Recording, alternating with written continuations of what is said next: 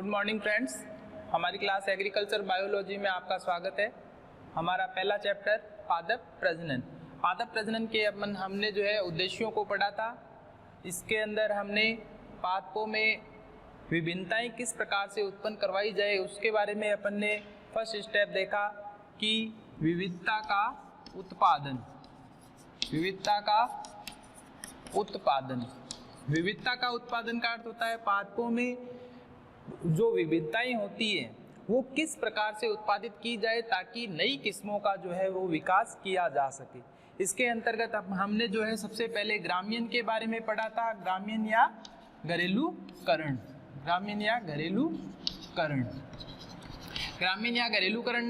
के अंतर्गत हमने देखा कि किस प्रकार से जो है जंगली पादपों को क्योंकि जंगली पादपों में क्या होती है, रोग प्रतिरोधक क्षमता जो होती है वो ज्यादा पाई जाती है। तो ऐसे जंगली पादपों को क्या किया जाता है, खेतों में जो है उगाया जाता है, उनकी देखभाल की जाती है जिससे वे पादप जो होते हैं खेती के लायक बनते हैं और उन पादपों का आर्थिक महत्व जो होता है वो बढ़ जाता है। तो यह प्रक्रिया जो होती है ये क्या होती है, ग्रामीण कहलाती है। ग्रामीण के पश्चात सेकंड स्टेप जो है इसके अंदर हमने बात की थी जनन द्रव्य का संग्रहण। जनन द्रव्य का संग्रहण। देखिए जनन द्रव्य क्या होता है, जनन द्रव्य को जो है आनुवांशिक द्रव्य भी कहा जाता है। जनन द्रव्य सभी पादप जातियों में या सभी जीवों के अंदर जो है विशिष्ट प्रकार का होता है। पादपों के अंदर विविधता का कारण भी क्या है, जनन द्रव्य ही होता है।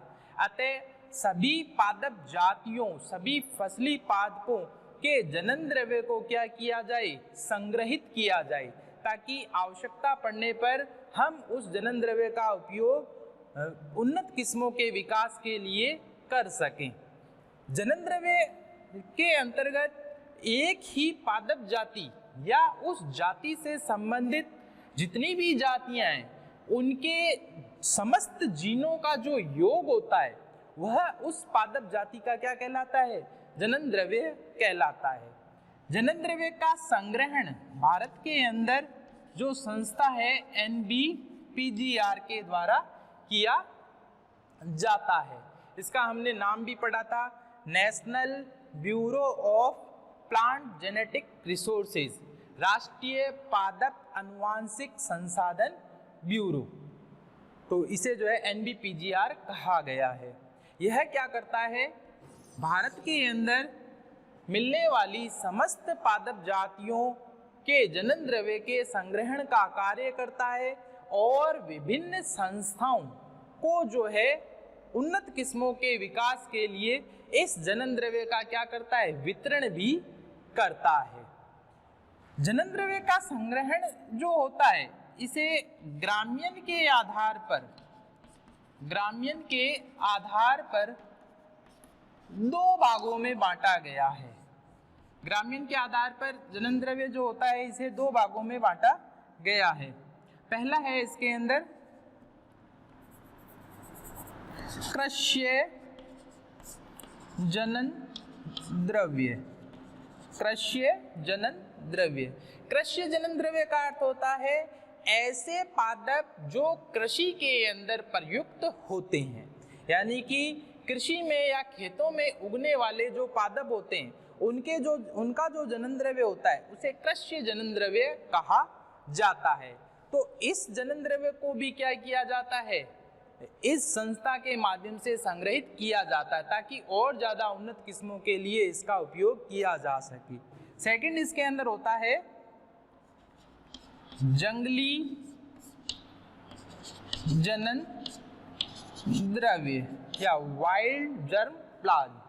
जंगली जनन द्रव्य का अर्थ होता है कि ऐसे पादप जो सामान्यतः क्या होते हैं, जंगल में उगते हैं। नाम से स्पष्ट है जंगली जनन द्रव्य, यानी कि ऐसे पादप जो क्या है जंगलों में पाए जाते हैं उनके जनन द्रव्य को भी क्या किया जाता है, संस्था NBPGR के माध्यम से संग्रहित किया जाता है। तो इस आधार पर जो है कृष्य जनन द्रव्य और जंगली जनन द्रव्य दो वर्ग बन गई।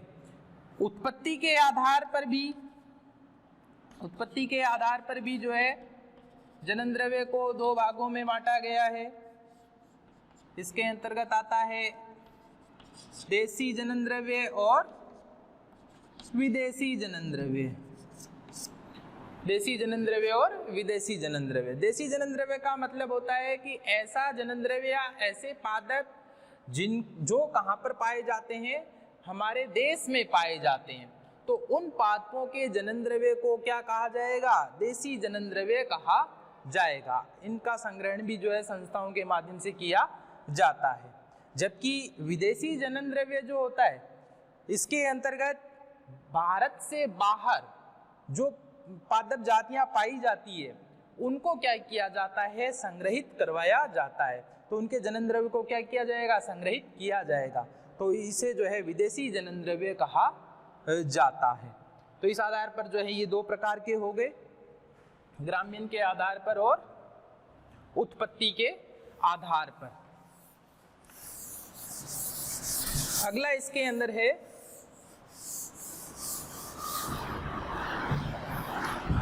जनन द्रव्य को संग्रहित करने की विधियां। जनन द्रव्य को संग्रहित करने की विधियां। देखिए, जनन द्रव्य को संग्रहित करने की जो विधियां हैं, इसे मुख्य रूप से दो भागों में बांटा गया है। एक तो होती है स्वस्थानी संरक्षण, या इसको इन सिटू कंजर्वेशन कहा जाता है, और सेकंड होता है इसमें बाह्य स्थानीय संरक्षण, या इसको एक्स सिटू कंजर्वेशन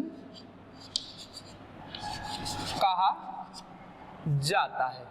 स्वस्थानीय संरक्षण या बाह्य स्थानीय संरक्षण होता क्या है? देखिए, स्वस्थानीय संरक्षण का मतलब होता है कि पादप जिस स्थान पर उग रहा है या पादप प्रजातियां जिस स्थान पर निवास करती है, उन पादप प्रजातियों को उसी मूल स्थान पर क्या किया जाता है? सुरक्षित कर दिया जाता है।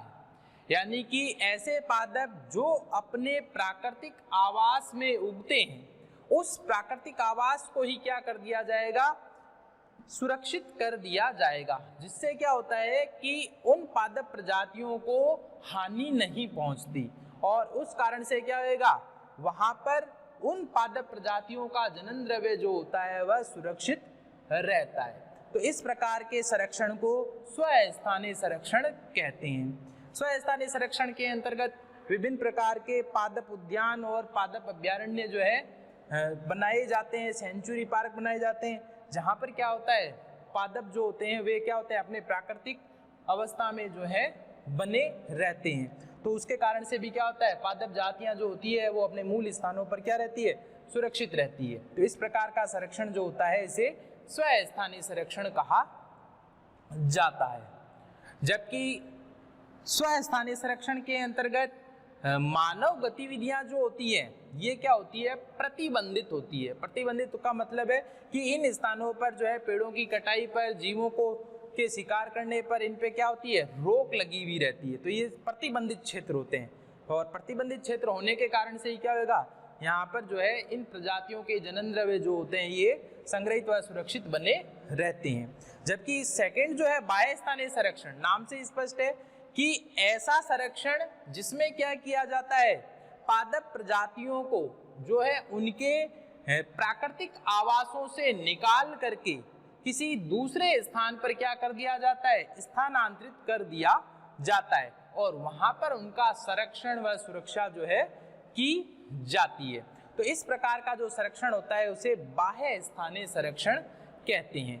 बाह्य स्थानीय संरक्षण के अंतर्गत जो है इसके अंदर बीज बैंक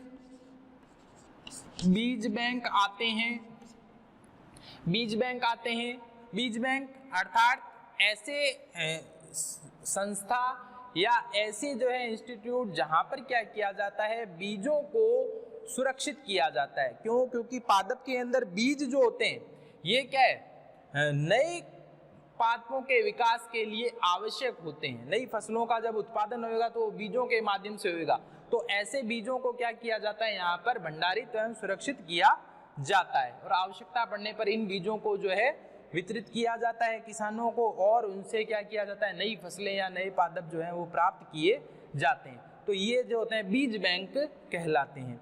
बीज बैंकों के अंदर जब बीजों का भंडारण होता है ये अलग अलग प्रकार से हो सकता है। जैसे कई बीजों के अंदर क्या होती है, नमी की मात्रा क्या होती है, ज्यादा होती है। अब नमी ज्यादा होएगी तो क्या होएगा, बीज जो होते हैं वो जल्दी सड़ जाएगा।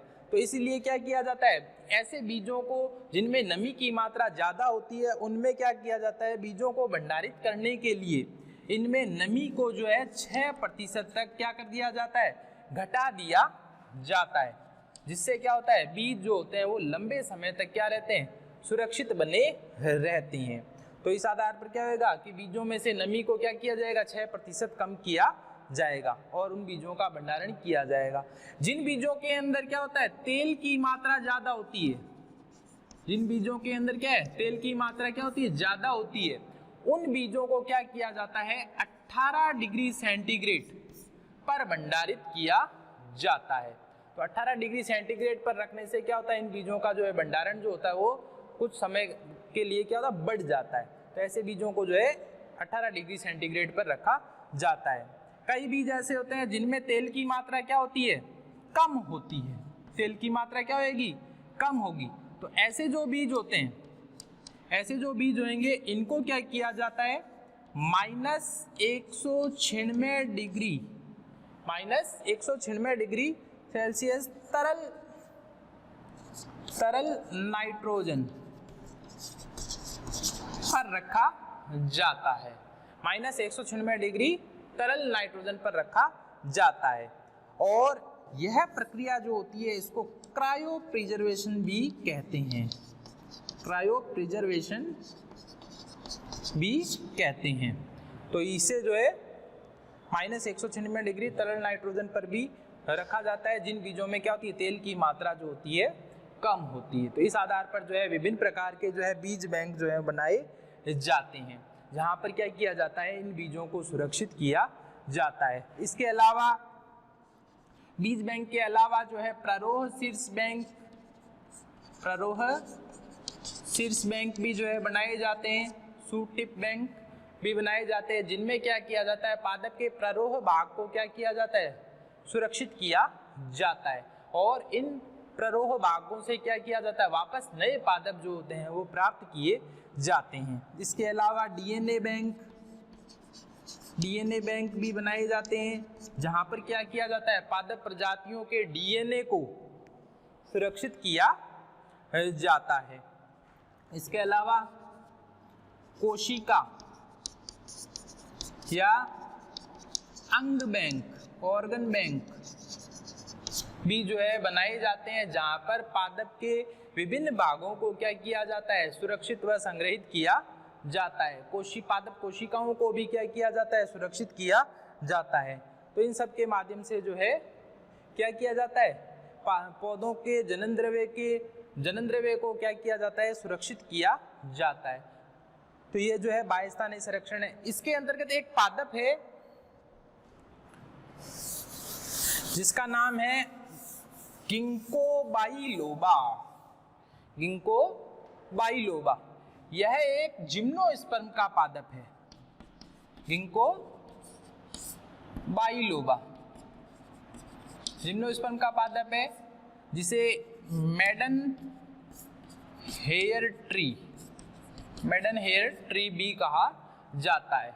यह पादप जो है अब केवल जो है प्राकृतिक उद्यानों के अंदर, जहां पर जो स्वस्थानीय संरक्षण के अंतर्गत जो अभ्यारण्य बनाए जाते हैं या जो पादप उद्यान बनाए जाते हैं, वहां पर क्या किया गया है, इन पादपों को जो है उगाया गया है और इस कारण से इस पादप का क्या हुआ है, संरक्षण हो पाया है। वैसे यह पादप जो है लुप्त हो चुका है, परंतु पादप उद्यानों में तथा पादप अभ्यारण्य जो होते हैं उनके अंदर इस पादप को क्या किया गया है, सुरक्षित किया गया है। जहां पर अपन इस गिंको बाइलोबा के पादप को जो है देख सकते हैं। इसके पश्चात जो है इसके अंतर्गत आता है जनन द्रव्य के संग्रहण के अंतर्गत जनन द्रव्य के संग्रहण की क्रियाएं, जनन द्रव्य के संग्रहण की क्रियाएं। जनन द्रव्य के संग्रहण की क्रियाएं जो होती है इसमें फर्स्ट है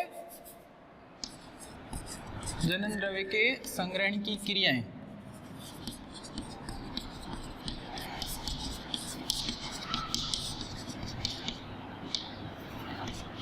क्रियाओं के अंतर्गत फर्स्ट है इसके अंदर संग्रह है।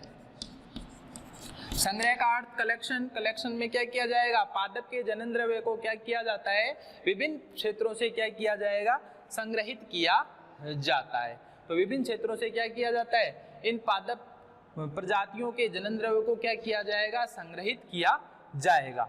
उसके पश्चात फिर क्या होता है, इनका क्या किया जाता है, संरक्षण किया जाता है। संरक्षण का अर्थ होता है इनको संग्रहित करके इन पौधों की प्रजातियों के जनन द्रव्य को क्या किया जाएगा, संरक्षण प्रदान किया जाएगा कि उनमें कोई रोग वगैरह तो उत्पन्न नहीं हो रखा, कोई कवक वगैरह जो रोग होते हैं वो इनमें तो नहीं लगे हुए हैं पादप प्रजातियों के अंदर। तो इसके लिए क्या किया जाता है, उन पौधों की प्रजातियों को क्या किया जाता है, संरक्षण प्रदान किया जाता है, उनकी सुरक्षा की जाती है, उनकी देखभाल की जाती है। इसके बाद फिर क्या होता है, मूल्यांकन। मूल्यांकन का अर्थ होता है इवैल्यूएशन, अर्थात जो पादप प्रजाति अपने संग्रहित की है, जिसका अपन ने संरक्षण किया है, वो वास्तव में जो है कितनी वैल्यूएबल है या वास्तव में वो कितनी उन्नत है, तो उसका क्या किया जाता है, विभिन्न पद्धतियों के माध्यम से मूल्यांकन किया जाता है। और मूल्यांकन के बाद ही जो है उस पादप प्रजाति का जो है पता चलता है कि वह कितनी उन्नत है, और उस आधार पर ही उसको आगे जो है प्रयोग में लाया जाता है। मूल्यांकन के पश्चात आता है गुणन। गुणन के अंदर क्या किया जाता है, पौधे की प्रजाति जो होती है उसको बड़ी मात्रा में जो है उगाया जाता है, संख्या में जो है इनको बहुत ज्यादा मात्रा में उगाया जाएगा, जिससे क्या होगा, उस उन्नत किस्म को जो है आगे क्या किया जा सके, वितरण किया जा सके। तो वितरण के माध्यम से क्या होगा, जो बड़ी संख्या में जो पौधे हो गए उनका क्या किया जाएगा, वितरण किया जाएगा।